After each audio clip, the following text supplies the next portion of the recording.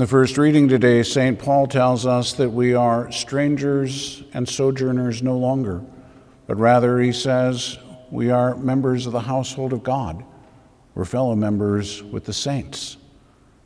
That's a pretty astounding company that God has given us the grace to be a part of the same household as the saints.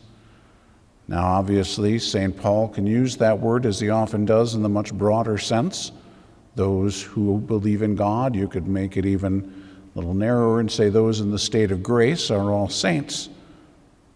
But even if we look at it in the more strict sense, what an amazing gift to think that God would allow the likes of people like us to be in the same household as the saints. The great saints who have lived and have served the Lord so beautifully and give to us that example. We're not just looking from the outside. We're part of this. And as part of it, comes back to that point that we've regularly made, and that is that God is calling us to be saints.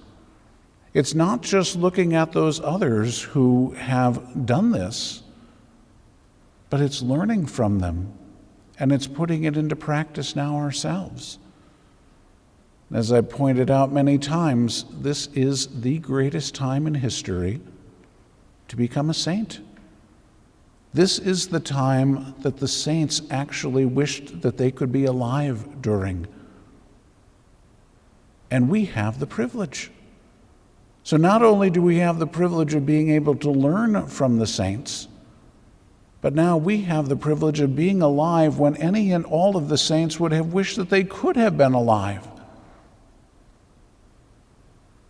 And that's the time that God has chosen for us. Now, as we look at that, we then look at the gospel reading today, and we have to ask ourselves how often we find ourselves being like Thomas. Unless I see, I will not believe. Doesn't take any faith to be able to see. I don't need faith to know that you're here right now. I can see it. That doesn't require any faith. And so if we were able to see and understand everything completely, that wouldn't require any faith at all. And so God says, blessed are those who have not seen and have believed.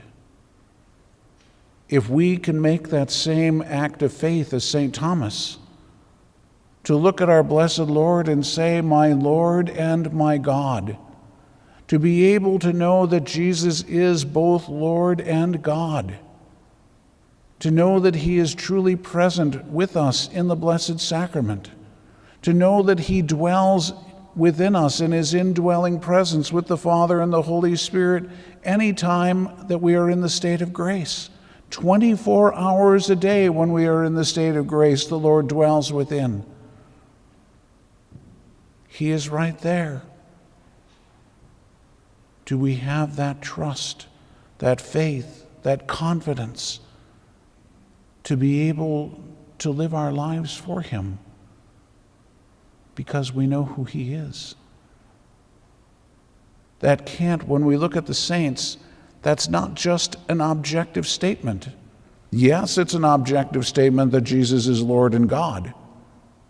Satan can make that exact same statement. He knows it. It's a truth. But for Satan, it's not a point of faith. It's just an objective fact. It needs to be more than an objective fact for us. It needs to be the subjective truth around which our lives revolve. Because if we can say that Jesus is my Lord, that he is my God, not just he is Lord and God. Yeah, he's the Lord and God of the whole universe. He's Lord and God of everyone, whether they want him to be or not. So the question is, do we want him to be? Do we allow him to be? Is he the Lord of my life? Is he truly my God, whom I will serve with my whole heart and soul and strength? That is what that act of faith is all about. That's what the saints are all about. Why do you think that they did what they did? Not because they had some objective knowledge that Jesus is Lord and God. Certainly they believed that. But because they loved him. Because they let it get from their head into their heart and they lived it.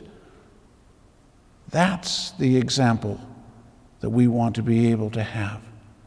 If we're strangers and sojourners, we're just looking through the window from the outside. We're looking at the great saints who have lived the faith, but we're not part of it. But we're no longer strangers and sojourners. We're members of the household of God.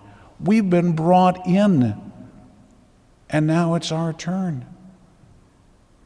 The ball has been given to us now to pick it up and run. The saints have already done their part. And now they're asking us to pick up where they left off and to continue that progress. What a gift. What a blessing. But do we truly recognize it? Are we willing to embrace it? Are we willing to live it? The only way to live it is to love the one we know to be Lord and God. So we have not seen, we have believed. And now we want that belief to become much, much deeper, to be transformed merely from faith into charity, so that we love the one in whom we believe, and that with our whole heart and soul and strength, we will serve him. And in doing that, we learn from the example of the saints. And in this time, the greatest time ever to be alive, we too will become saints.